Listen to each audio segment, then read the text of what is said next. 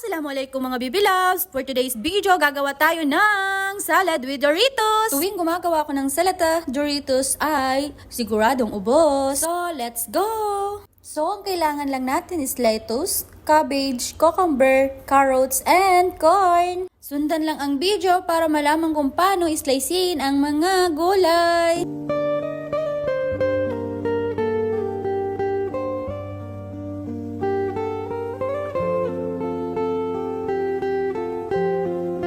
So, kailangan natin ng 5 pieces chicken strip at pwede siyang air fryer or i-fry lang natin. Ganyan lang po siya and then i-cut na po natin ng maliliit.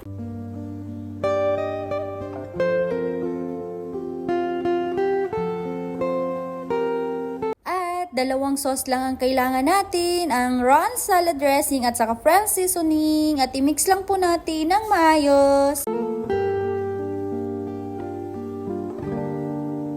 Nag-iwan ako ng konting sauce sa my bowl kasi para sa chicken strip, imimix natin doon ang chicken strip. Kaya nag-iwan ako ng konting sauce.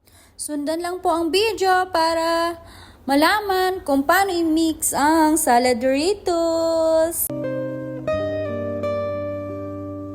And charan! Ready to serve na po ang salad with Doritos natin for today's video. Thank you for watching mga Bibi Loves! Sana nagustuhan nyo ang aking salad with Doritos. Follow for more!